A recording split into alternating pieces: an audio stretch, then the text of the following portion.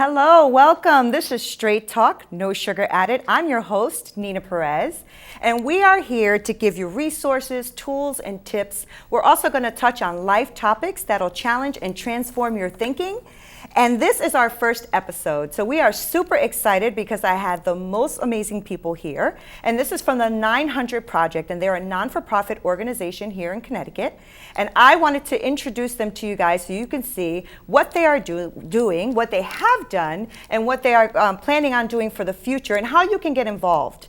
So with me today, I have Sherry Pacey and I have Tara Kohlberg-Bullock, and they're going to be sitting here with me today just discussing this wonderful project so that you can learn more about what we are doing. So thank you, ladies, so much for coming. I am excited. You are the ones I wanted here first, so thank you, thank you. Thank you. And I wanted you to just tell us a little bit about yourselves. Why don't we start with that? So Sherry? Yeah, like she said, I'm in charge of the 900 Project, and my husband and I have been running the 900 Project since 2012, and we could probably talk about that later on.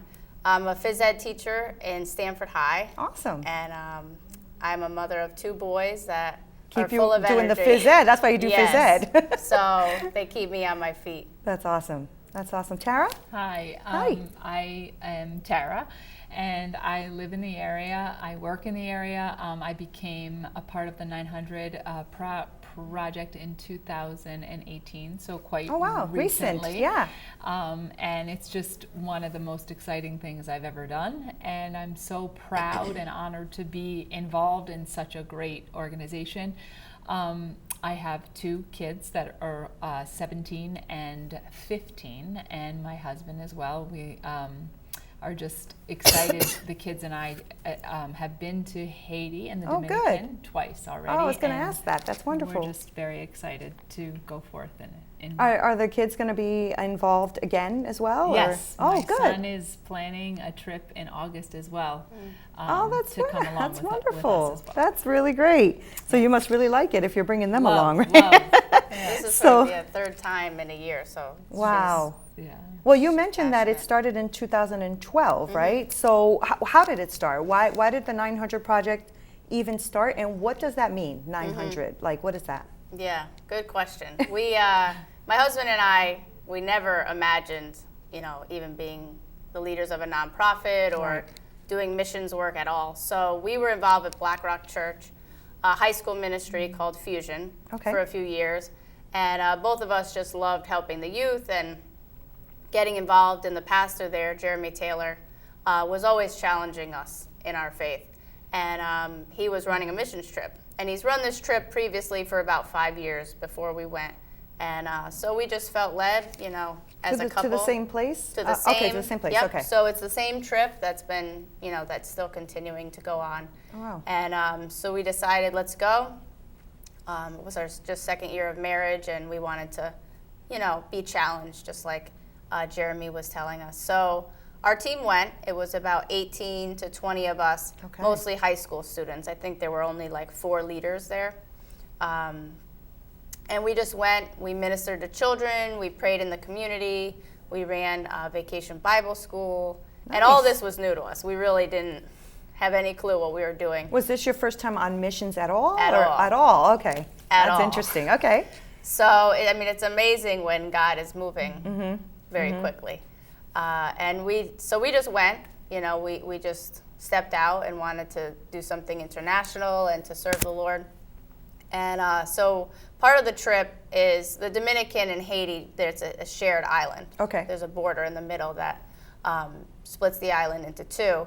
And the leader down there always takes the group to see poverty. And we drive across the border into Haiti. It's about an hour trip. So we get on like this bus, a bigger bus, and we travel with the 20 of us about an hour to Tillery, Haiti. And we just get out, we look at the poverty. It's pretty much a lot of what you would see on TV when you see those commercials of kids that are... They're going through a lot there in Haiti. Yeah, kids that are hungry, kids that don't have clothes. There's just so many needs, no water.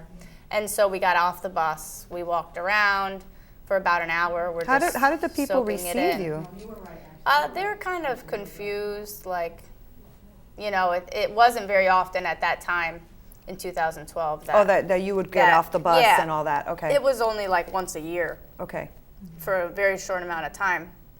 And so again, it was mostly just for us to see the poverty, to see it with our own eyes, because there is a power when you see something with your own eyes Yeah. that you can't unsee Yeah. it.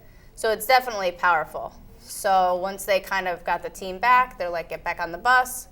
We're going to travel an hour and a half back. So when we're on the bus, most of the team, I would say most of us, all had this stirring in our heart from the Holy Spirit, like, why are you leaving? Right. Like, you're just going to Right. leave them there and go back to like America? And we were just, I felt like the conviction was over the whole bus. Wow. Everybody was feeling it. And are these people that have been on this trip before, or were you all like pretty new on Most the of trip? us were new. Okay. And again, it was just a group of young high Teenagers, school yeah. kids that, you know, even my husband and I were just very new. Right. I was very new to Christianity, and we were new to missions and all this. So we Right. got off the bus. I mean, we were floored just seeing people living like that. And the village has about probably 7,000 or 8,000 people living wow. there. So It's a good size. it's a lot of people. Yeah, it's a lot of you know, need. and a lot of need. Yeah. So we were on that bus, and we were Now you're driving back at this we're point. driving back. Uh-huh. To go over the border back to the Dominican Republic and just pretty much go on with life. And the group, a couple of us started talking, and then everybody started talking, and they're like, what are we doing? Like, we're just gonna leave them there? Right. So we decided, and you know when like kids get really excited and like want to do something, we're like, let's go back. That's bold. So That's bold. we literally just told the bus to turn around.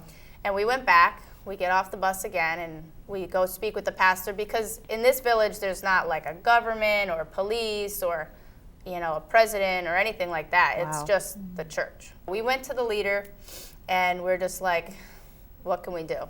What can we So do to help the you? church that you went to, I'm just trying to understand the whole day, right? So Mm-hmm. when you went back, was this church already a church that was connected to someone, and you guys knew about the I church, or you would- kind of randomly picked a church when you got there? This connection is with our connections in the Dominican Republic. Okay. So our Okay, leaders so got there it. are connected. Got We really didn't have much interaction at that point. Okay. We do now. Okay. We're very close with them now. So when since you this went back to trip. see him, what was the need? So so we asked them, and you know, you look around and you could see people just so much need. Right. But we're like immediately thinking water. They have no water. Right. They're thinking food. We're thinking clothing, because a lot of us, we've never seen something like this. You know, just naked children running all around. So Wow. we went kind of with what we thought he was going to say. And actually the top thing that he said they needed were latrines. Wow. And Something you probably would have never thought I of. never thought of I that. would have never thought of that. I didn't even know what a latrine was. I had no idea. Right. And so like through this whole process, so the pastor said latrines. He Wow. said, if you look around, there's all these UNICEF tents, which were actually like hosts for 20 or 30 people that were suffering from cholera. Oh, wow. So there was a huge cholera outbreak in Was there like 2012. one main river or something that everybody was using? Yeah, so there is a river. Okay. It's pretty much the only source of water they have. Many that people makes use it sense. for bathing, Washing. and Yeah. things like that. Yeah, And that so makes sense. before latrines, people were just going to the bathroom pretty much all over the village. Right. You know, and there was also, you know, I think one of the big things for them was like the dignity Yeah. of like That's having some huge. privacy to go That to is the bathroom. Because I'm assuming if he said you needed latrines, then I'm assuming that either only a few people had them or no one had them. Right. Right. Right. So, I think they had like, no, I wouldn't say the elite people, but some of the people, they have latrines there. And even on the Dominican, there's a lot of latrines. Okay. But for me and some of us coming from America, I was like, I don't even know what that is. Right. So Right. what it is you just pretty much dig a 20-foot hole. Okay. It's like 3 feet wide, 20 feet deep, which is pretty deep. That's pretty deep. And you put a toilet on it, and Okay. then we surrounded it with 4 tin walls, which help provide for privacy Right. and just a little like lock. So there's no water involved. It's pretty much just an outhouse, but it gives the people dignity. It gave them, some privacy and somewhere to go to the bathroom that helped. And so a few of the things, I know you had asked about why it's called the 900 Project. Yeah. So one of the statistics that they gave was that only 100 out of 1,000 families there had a latrine. So they Okay. did have some latrines. Okay. And so we were looking to build 900 latrines for 900 families. Got it. Because they would share them. And so that's our original intention, was to build 900 latrines. And so the team went back, kind of making a long story short, but the team went back and came back to the United States, and we don't really know, but somehow the 900 Project is in my husband and I's name. Right. Some of the leaders already had a nonprofit, so Right. they gave it to So us. you're next. So we came back, That must have with an idea felt of- monumental. Right? It was- Because I mean, you never. First of all, you never even been on the missions trips, Yes, never. which is hilarious that you would come back and say, "No, I'm doing a non-for-profit." Yes. Right? I mean, you're talking about something that feels huge, right? Because you're talking not just about 900 latrines that you're going to be having to dig somehow or have people dig. Also the finances that come along with that, right? And then to oversee the project, to even think that it happens, that's like a lot to think about. Yes. And the people attached to it, right? Because if you've made that kind of promise, and I want to talk to you about that too, like when you spoke to them, did you make that promise, right? Because if you did, now they're looking at you like, are these people going to do Exactly. anything, right? So it's Exactly. now having to be a person of your word on top of it. Yes. Yeah. What are we going to do? Right. So instead of like relaxing and everything, the whole team brainstormed. What are we going to call it? What are we going to do? Who's going to run it? How much is it? Yeah. And I remember just Pastor Jeremy Taylor was like, this is from God, and if you're going to do it, I'm going to run into the ocean and you follow me if you want to join. Kind of like one of those moments Yeah. where you're like sold out for God, and it was crazy. Right. Trust me, we were like, thought it was I can crazy. imagine so. I would he have looked took at you off- kind of side-eyed a little bit. He took off for the ocean. Right. And we look around and everybody just took off. And we ran in the ocean and we were like, we're Oh my doing gosh, it. so you guys were serious. So we came back and I thought you were using it as a metaphor. You actually no, we literally literally ran. we literally ran into I the thought you were ocean. using a metaphor. Okay, so No, you literally so we ran did. into the ocean. Got it. And then, we just came home and, people thought we were crazy because we're talking about toilets all the time. And we were like, I'm like looking at my husband and we're I mean, like, you what had are to we probably doing? learn that, right? Yeah, I mean, we you probably had to learn what does we it had mean no to dig a idea. latrine, and what does it No mean to put the clue. walls up, and what does a toilet actually look like, Yeah. right? Because I'm sure it's not one of our porcelain toilets, Yes, right? yeah. But probably something you have to build, I would imagine, right? Yeah, it so was that's a lot just- of homework. It was a lot of research. My husband did all the paperwork for 501c3, and everything just really worked together. Wow. And it was just following God's call. We went on that trip, and trust me, we were just going on the trip. We came back with a nonprofit and started my this. So gosh. God, He just wants us to say yes. So I'm assuming that the 900 is the 900 latrines you needed. Did you get to even dig 900 latrines? And how did that even happen? So we had leaders on both sides. Okay. We employed people on both sides of Oh, wow. Haiti Okay. and the DR. So really it was oh, also wow. providing jobs. So then you took the funds from here and you give it to the leaders there, and they employed some people to dig these grounds, to dig the latrines. Right. So the only thing is that so when we do a lot of missions, we really focus on giving these people dignity. Right. That's so huge. Because they're people, and That is so they have good huge. hearts, and they're smart, and we value them. Right. God values them as much as you and I. Right. And so The we only want to treat difference them is that that they way. were born in a different place. Exactly. That's literally the only So- difference. So, you were asking about the 900 latrines.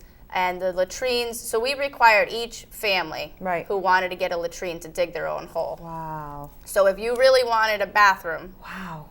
you dug your hole. And that proved to us they wanted it, because trust me, it was not easy. I don't even think I could even dig one 20-foot hole. I know. So, and You the really have soil's to really want it. hard there Yeah. and stuff. So I remember even stories of 70-year-old women, digging their own hole. because they needed a bathroom. And so we did build 900 latrines. We had help with one other nonprofit organization who partnered with us, Cheerful Heart Ministry. And so it turned out that they actually didn't need 900 latrines. We built 1,286.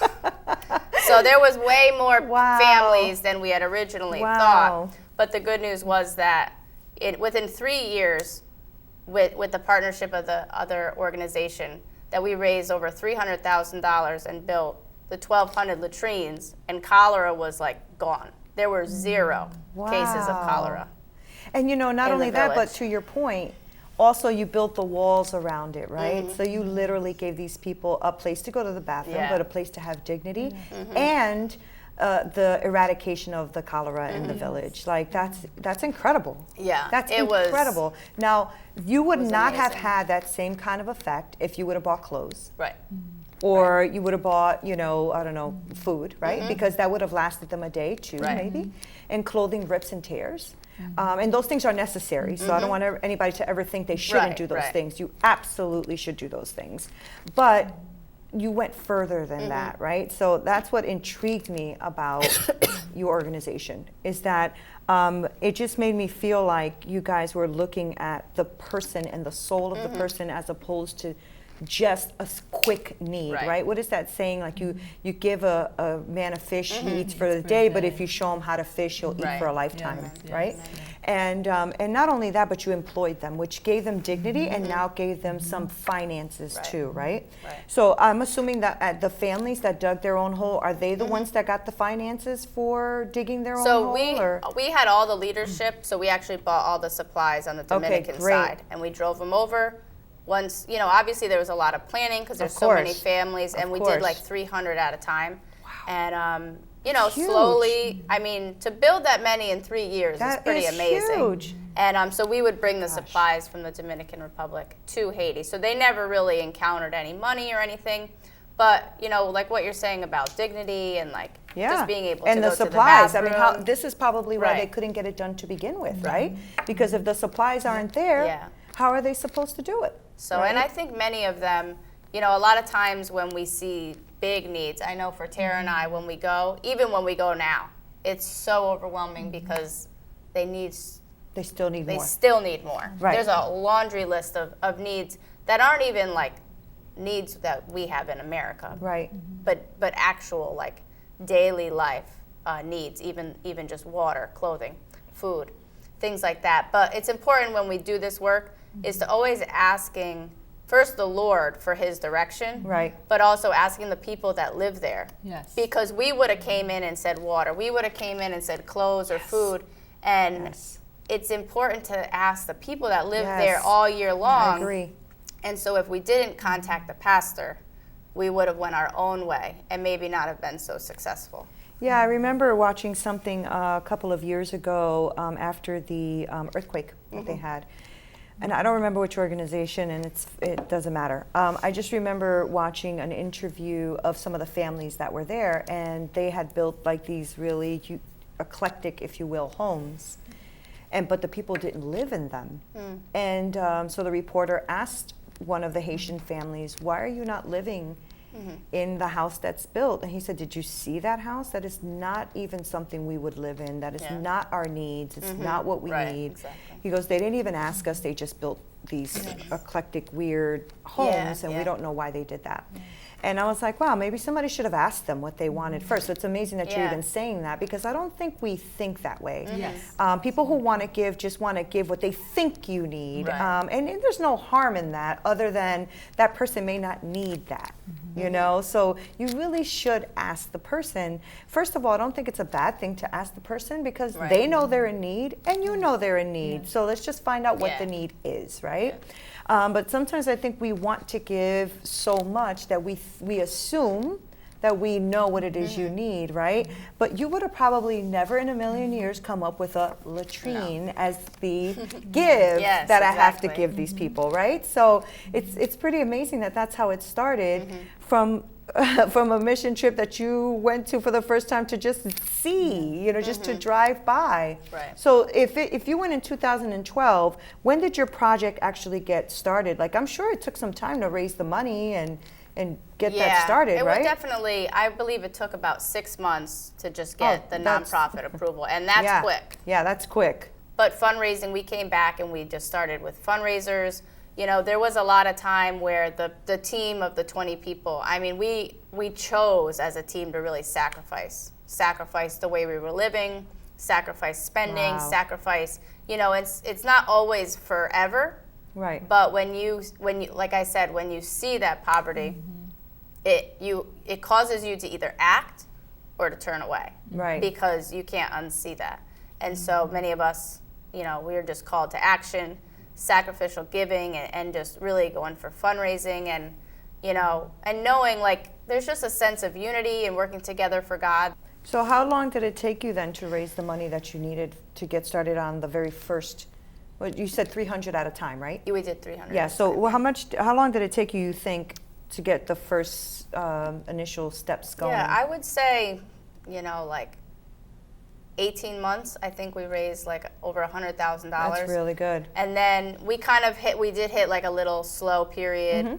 And then we continued to try to raise money. And what happened was another organization that does work in the same places that we were in was like, wow, this is such a great idea. And I see the need, and I see that you've already set up. And he definitely helped a lot financially, and so we just partner together because partnering is important. Yeah, it's never about competition. It's never about us or our name. No. We just want to help these people and to give God the glory. So there's a lot of great organizations out there that are trying to help a lot of people. But I realized that we can go in with like a lot of excitement and enthusiasm, but if we don't have the funds, it's very difficult to get it done, right? So did you have like unique strategies or ideas of like how to do this fundraising? Because that's a big undertaking. It's very difficult. Yeah. I know for ourselves and for my husband and I, we really were just, the whole team was really just praying. Yeah. I would say that's like the number one thing, even for us now. Right. Is like if you're trying to do something in God's will and you just pray, doors will be open, and we truly believe in that. It is very hard to fundraise. So sometimes with nonprofits, especially being the leaders, you just have to personally sacrifice. Yeah. Sacrifice the way that you live, sacrifice how you spend money, how you earn money, and show by example. But, one other thing is just taking whatever team that you have, like when we work with Tara and other members from our team, is coming together and in prayer, and then just kind of working together, And again, it's the valuing of the people that you're serving, and just being humble and not thinking you're better than anybody else. And one thing that we try to keep the team and all of us under like being aware of is we're not better than anybody else, and we don't do it, to feel good about ourselves. No. So it's just. It doesn't matter if you're in the limelight or nobody notices. The truth is that if you were doing it just to feel good about yourself, you would have died out 6 months in. Right. Because you feel good about it in the beginning. But if you're willing to stick it out this long, it's not because you want it to feel good. Feel good comes and goes is what I'm trying to say, but commitment stays a little longer, right? So I know that that's not the only thing that you guys are doing, right? So I know that the 900 Project started with the latrines, and then you guys rolled into, from what I read, also scholarships. Is that right? So Yes. Was that around the same time that you decided to do the 900 or the 1,200 and how many? 86. 1,286 latrines.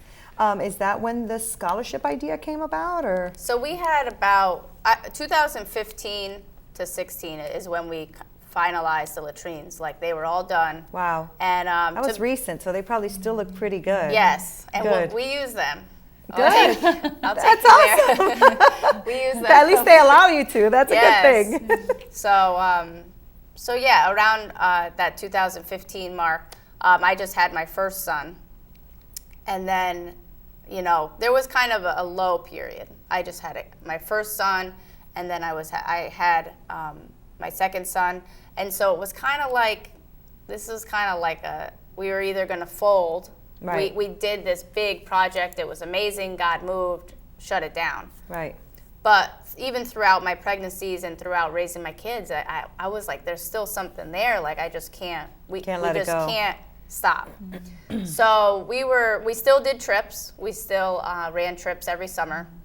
Some were big, some were small. Is this even while you were pregnant and stuff, or? I went pregnant once. It wasn't maybe That the was best bold. idea, but using a latrine a lot while I was pregnant. So we were just like, what's something small that we could still make an impact, but it wasn't too big where we couldn't afford it. Right. You know what I mean? So we just got the idea of scholarships. And That's so cool. So I'm going to touch on that in just a Sure. moment. We will be right back. Hi everybody, this is Sherry Pacey here with the 900 Project, and I'm pleased to announce our newest campaign. After months and months of praying and fasting and seeking God's will for the village, we knew we wanted to do something to help. But in a village that has so many needs all around us, it's hard to pick one. So we wanted to seek God and His will for the village of Tillery, Haiti. And not only God delivered, He gave us the idea of breadfruit trees. The breadfruit tree can grow in dry, humid climates with very little water. It is called a superfood and can cure world hunger. Through God's direction and grace, He has connected us with Mary from Trees That Feed. Immediately, Mary was so excited to help in God's vision that she donated 3,000 trees from Trees That Feed. Growing breadfruit will help the local economy as well, bringing jobs, sales, trade, and ultimately hope for the future.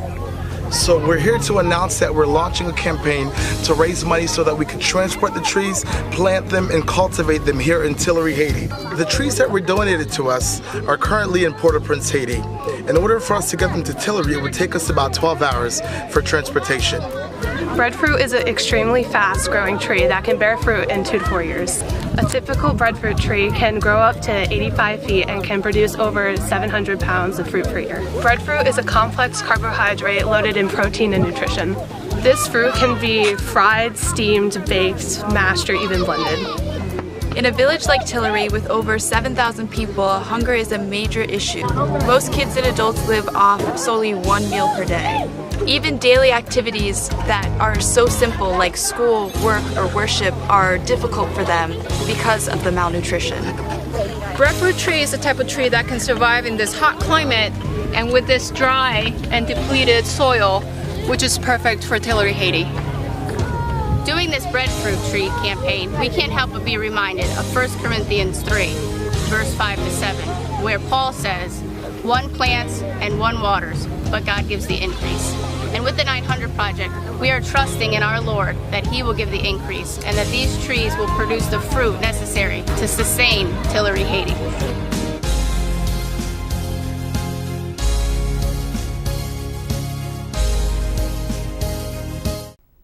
Hello and welcome back again. I am Nina Perez, your host at Straight Talk, No Sugar Added.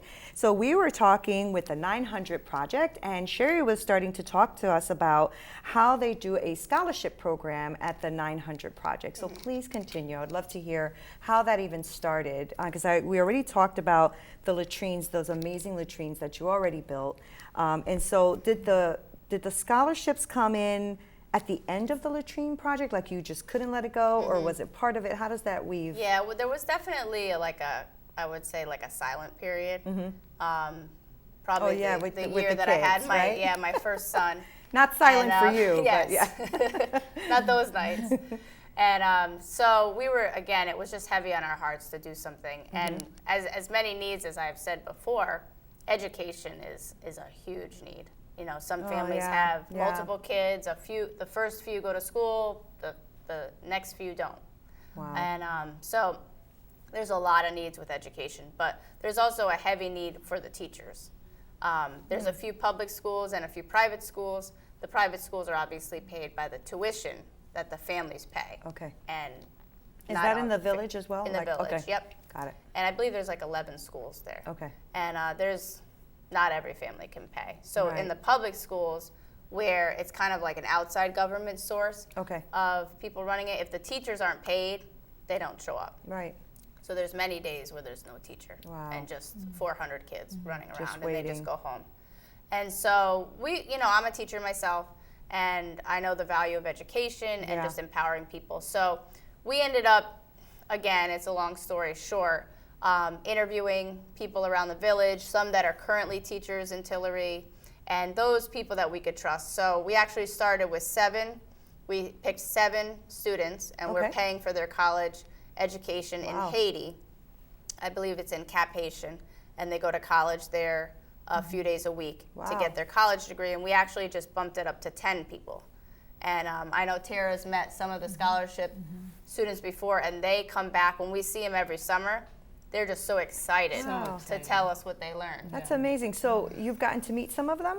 Yes, on our last trip there, they were so excited to tell us what they have been learning. And what was heartbreaking, one story is one of the boys, young man, I should say, that was expressing what he was learning. He was so excited, and he was learning about Thomas Edison.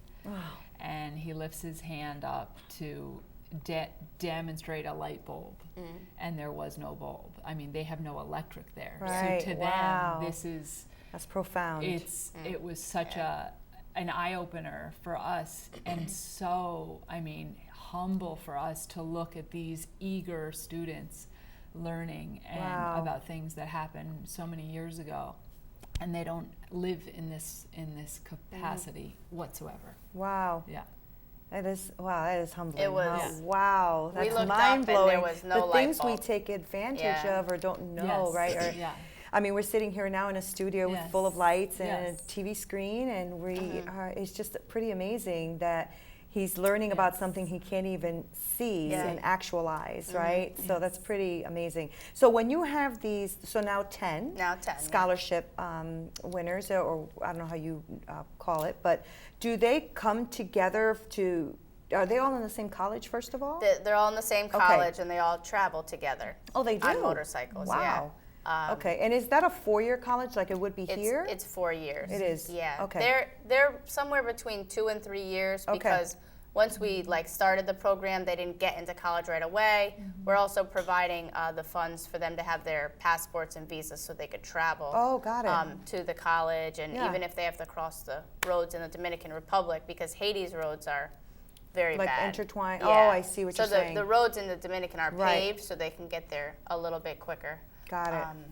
So they have to have their passport in order to go Yes. over. And The so border and come back And in. come back Yes. there because the Otherwise, college is in yeah. Haiti. Yes. Yeah. And so these 10 scholarship participants, right? Do you, when you go down, because you said something about going down July, August, right? We're going July and Yep. August. So when the group goes, does everybody get to meet them? Oh, that's Yeah. so cool. Yes, yeah. Can't Yeah, wait. they are amazing, and just to kind of close it out with that, just we know the value of education, and they're all willing to come back to the village of Tillery and teach and use their degree. Excuse me. You're good. And many of them bring their books back, and they teach their siblings and their families. So So it expands. it just Education yeah, expands. We really feel that. Well, you can't take away education from somebody, right? Mm-hmm. I mean, you can take away like food, and you can take away all those things, but you can't take away your knowledge. Yes.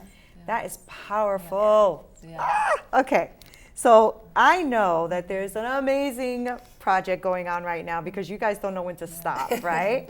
So this is why I wanted you guys here, because I knew that you guys are shaker and movers and you guys get things done. And I am, I have that kind of a mindset where I just want to get things done. And that just really drew me to what you guys do. And then I heard about the latrines and the story, and then I heard about the scholarships. I heard a little more today. I didn't know about all of this. But I want you to talk about this breadfruit tree campaign that you guys are spreading all over the place. I see it on Facebook all the time. I saw it on YouTube. I think I saw Instagram. So it's all over the place, and we need to let people know about this because this is an amazing thing Yes. and something that can change the whole Yes. landscape Yes. there, right? So Absolutely. please tell me about this breadfruit tree campaign that you guys got going I'll on. let the director tell you. Go ahead, myself. director. We're really excited. We're really, really excited. Should be. It's God amazing. really put this in our lap. It was just totally him. And I say that because we had no idea how breadfruit can grow, where it can grow. It was just a lot of prayer, a lot of fasting. And what I love about the 900 products is that God leads and we follow.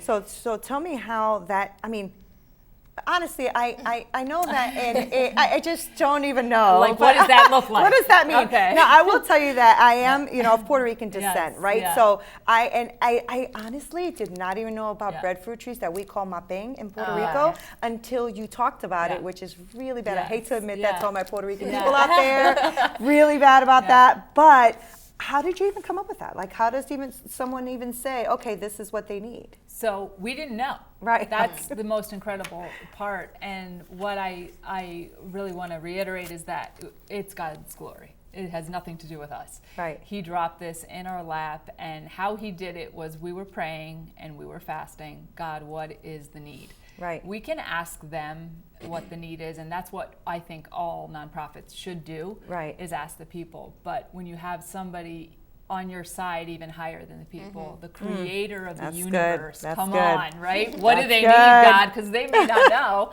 And through a lot of prayer and fasting, he just dropped a hint in prayer. And the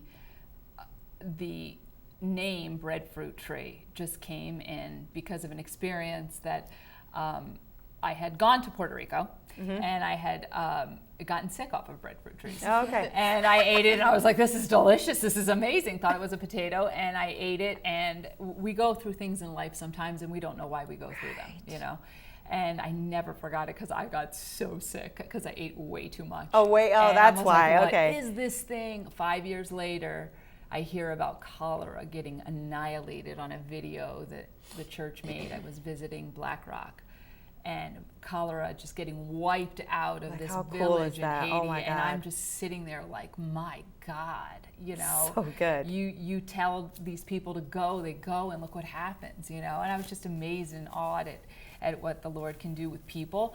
So I was like, I want to go on a mission trip. I want to go to Africa. I want to go here. I want to go there. And I met Sherry. Long story short, I go. We're trying to figure out what to do. What's the next step? We're praying, we're fasting, and I'm in the shower, and God's always talking to me in there. And I'm like, God, what do we do? What do we do? And all I heard was breadfruit. I'm like, no, that made me sick. Right. And I went back to the meeting, and we had said we thrown ideas out there, and one of the things that was one of the ideas was food, because they're hungry. Yeah. And hunger is a major issue with learning, with just living. I mean, you can't do anything when you're hungry. Right. And when I said breadfruit, I remember I think it was Matt, Sherry's husband, I think he was like, how do you know it'll grow there? I'm like, I don't. I felt like such a dum-dum because I'm like, I don't know if it'll grow there. But God said it, and I know it to be so. Yeah.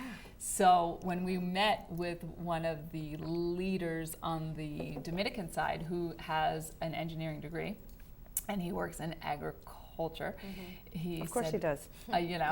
He's like, how do you know about breadfruit? And we kind of were like, I don't know, this is what we think God said. And he's like, that's the only thing that'll grow there. Wow. And I was like, what? And I was like, look at that, And what I'm going to tell you about the breadfruit tree is so awesome. The roots of the tree bind the soil as it grows. Wow. So Haiti is known for when the rains come, the soil gets washed away, the waters get dirty, there goes cholera and all the diseases. There's so much sickness there. Nothing can grow because the dirt basically washes away seed, vegetation, and all that. So when you look at Haiti, it's dry. It's horribly dry. There's no greenery, and the soil's so depleted the breadfruit tree is able to grow in that depleted, dry soil. Wow, of course. And the roots actually irrigate the soil, and to the point of oxygenating the soil so that years to come other things can grow. Wow. It's really quite amazing because it's not just for now, it's for generations to come. Right, yes. One other thing about the breadfruit tree is the breadfruit tree is a very fast growing tree. It's one of the fastest growing trees that type of climate can grow. Wow. And it bears about 700 pounds of food for these people a year. After 3 years of planting one of these little baby trees, they're Wow. getting food. So And every year, after year. the 3 years, we'll give them 700 pounds. Well, of, it starts out like 100, then 200. Yeah, but yeah, yeah. A full-grown but a full-grown tree will give them yes. about 700 pounds. And there's so much about the tree that we're learning as God was revealing. Like the sap of the tree is used for glue, it's buildable wood. I mean, it goes on and on and on. Yeah. Wow. Yeah, so we're excited I didn't about even it. know about Yeah. that. That's Yeah. awesome. Yeah. And Now we- you're just getting a whole economy going Right. at this Yeah. point. Well, Exactly. that's the other thing. It's going to create jobs. Yeah. Breadfruit dried is made into flour. Not only can you eat it raw, you can also eat it cooked, baked, fried, stewed. You can eat it anytime, whether it's kidding me? mature Yeah. or very, very young. You can eat it all stages of growth, which is remarkable.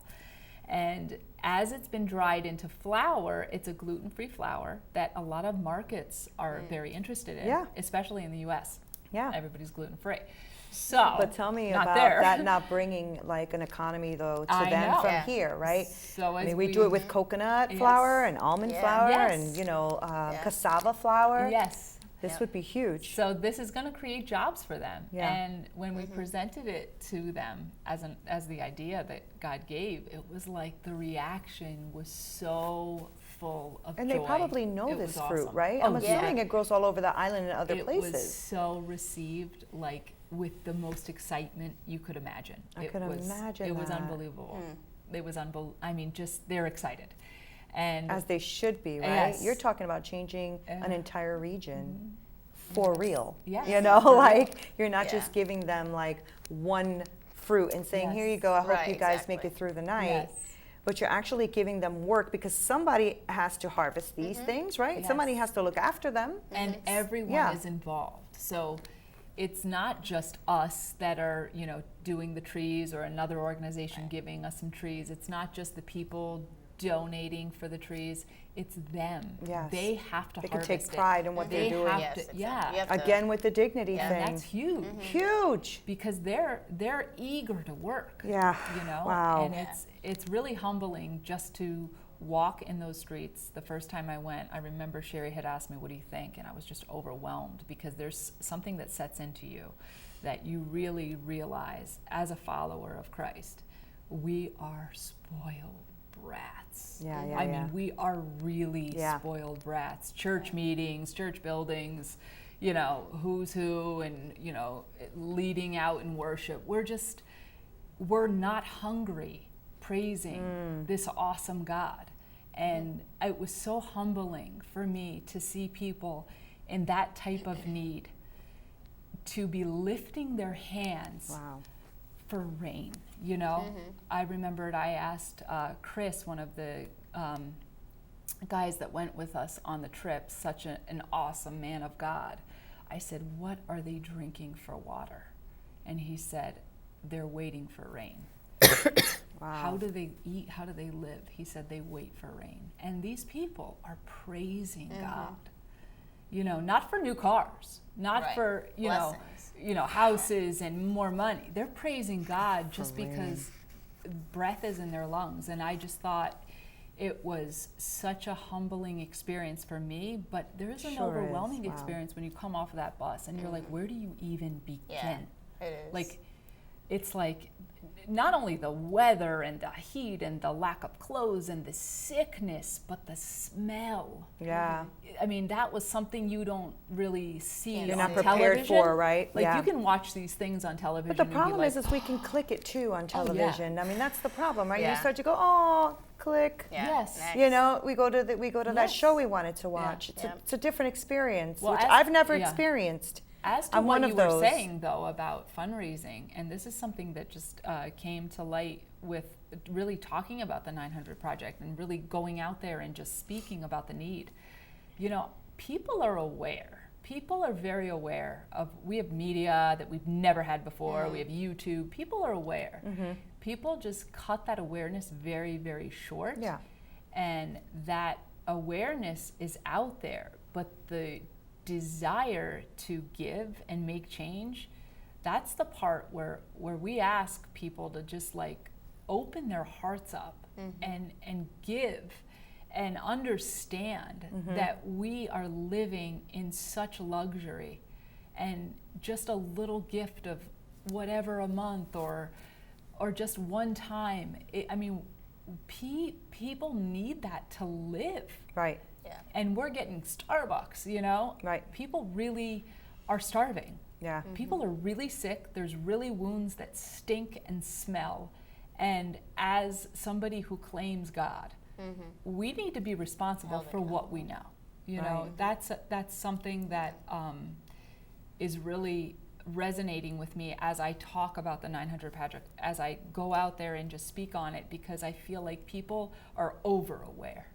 It's like, where are the hearts of people, just as human beings, but God And followers? you know, Come on. I think I think what could be is the over awareness, meaning Yes. over having too much Yes. information, right? Sometimes with the same thing as going and seeing all of these needs and like, what do I do with all of this need? I don't know even know where to begin. I think the same thing happens with the overload of information, Yes. right? Because it's not just Haiti, it's so many different countries all over the world, including our Yes, own, right? yes. So when we have this severe lack of poverty in all areas, where do you begin? Where do you begin? Where do you begin? And then, of course, because there's an overload, you are also getting information of nonprofit organizations that have stolen money Yeah. or never did what they said they were Yes, going to yes. do. And then now you're like, now who do I trust, exactly. right? Yes. So that happens too, right? So, you know, just in their defense a little bit, I think I'm one of those who had too much information.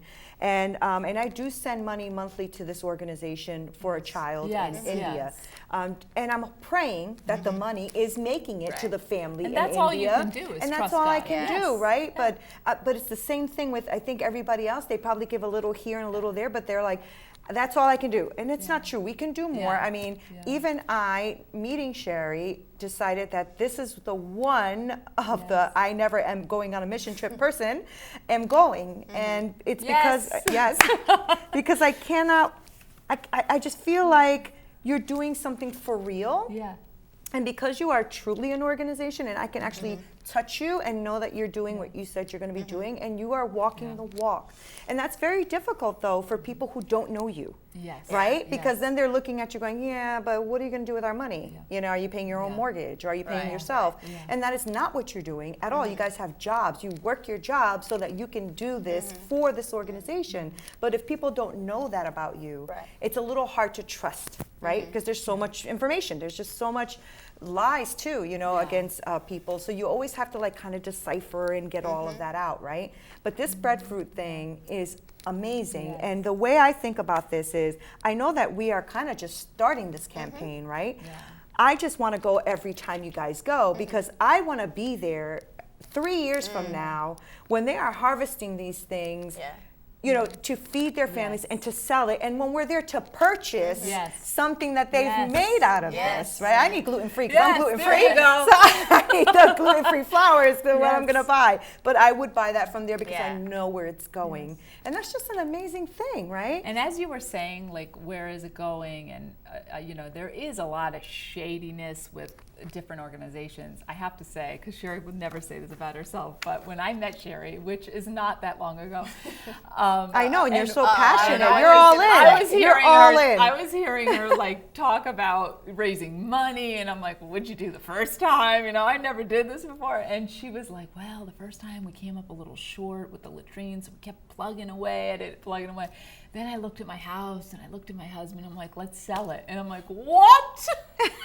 Okay, and I'm like, that is awesome. We did have our house on the market, and I was very scared. And I'm like, I am going yeah. with these people Right, again. right, right. Yes. I'm like, wow. Yes. The heart. Because that the is heart, what- exactly honestly, right. that was one of the most Exactly right. like impactful things. Like these two were ready to put their house or did put their house on the market so that these people in Haiti, who they counted as brothers and sisters, they were willing to give whatever they had on this side Wow. of the globe Huge. to go over there and like, no, they're gonna go to the bathroom in a latrine, Huge. you know. And I just thought In that dignity.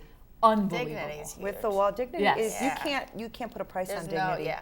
You can't. Awesome. How many people are on this team of yours? Because this is a big project. Yeah. So I like in total or like the trip?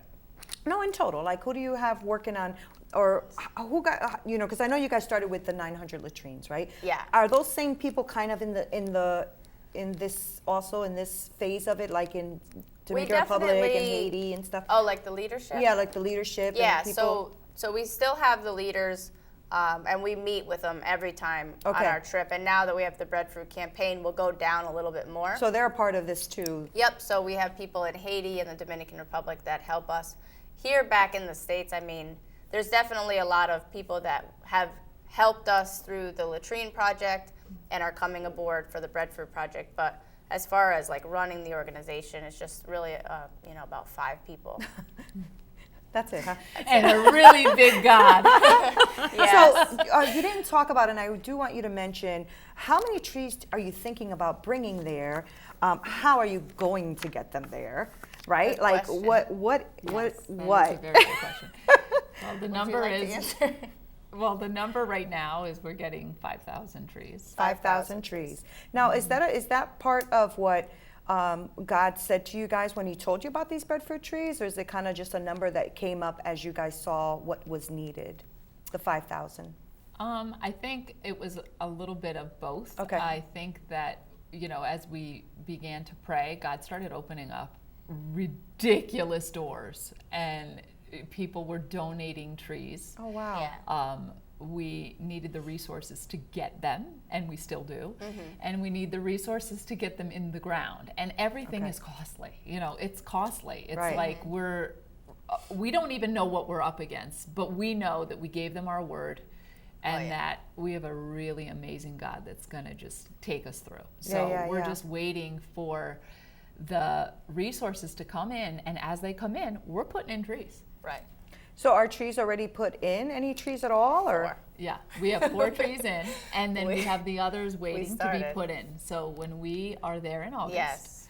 we are think of looking 300. at 300 trees coming. So Really? they're coming in segments. I didn't They're know going to that. be That's 300, great. 300. trees, and then hopefully we can get 500 at a time to come.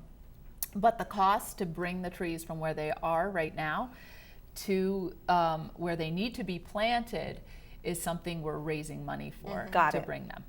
And where are they in that's- Haiti? Those trees right now, or in Yes. Dominican Republic, or? So through this whole There. process, I believe Trees That Feed is a nonprofit organization. They Right. grow trees, all different kinds of trees, and they are in different countries, but they are in Haiti. They are in and Haiti. so through a few phone calls and someone from the team reaching out, within like a week, this lady was like, "I'll give you 3,000 breadfruit trees for free."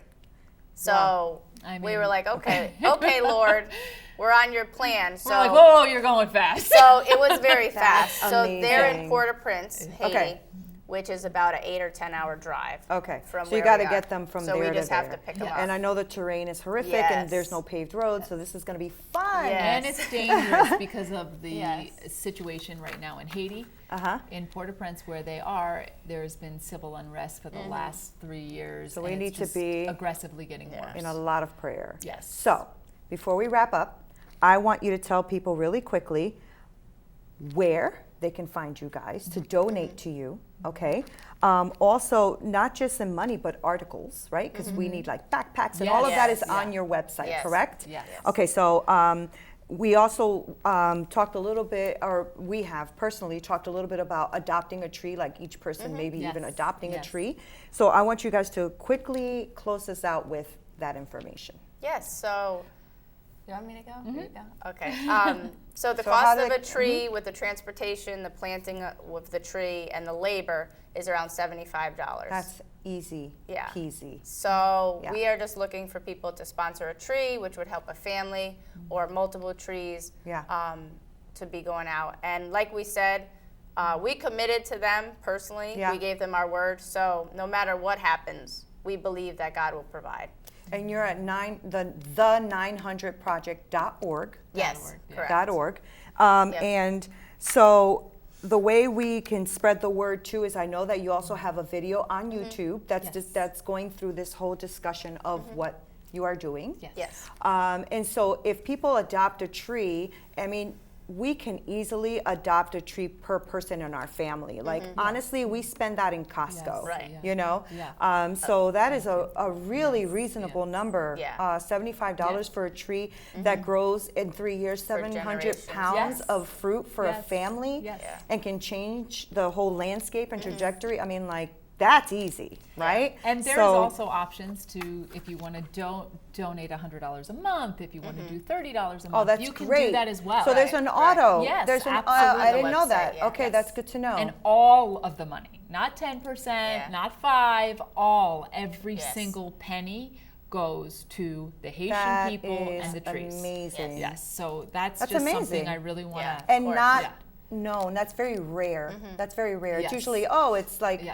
maybe 20% and Yeah. the rest Yeah, is no, this administration is- fees, No, right? there No, are this no is- administration fees. Because you guys are doing it out This of your is- heart and yeah, you're really yeah. just depending on people. And we're really hoping that everybody who has seen this segment will realize that 100% of the finances that are Yes. raised for this project will go towards these Yes. breadfruit Yes, trees. for sure. So thank you guys so much for Thank coming you. on. I really appreciate it. And I want to have us all back here when we get back from this trip Okay. in August, because we can really then talk about what has been done, what's going on with the scholarships, everything like that. So that is phenomenal, and I am Yes. really, really, really excited. So before you guys leave, I am actually wanting to save this tabletop, but you guys have to sign your names on there for me. Thank you. Thank you so Thank much. you. So this is the 900 Project. Please reach out to them. Please donate to them. It's an amazing organization, and it is the 900project.org. So please get on there. Whether you want to just adopt a tree, which is $75 a tree, maybe you can adopt one for you and the kids, you and your husband, whatever you'd like. So again, thank you so much for joining me. This is Nina Perez at Straight Talk, no sugar added. Till next time.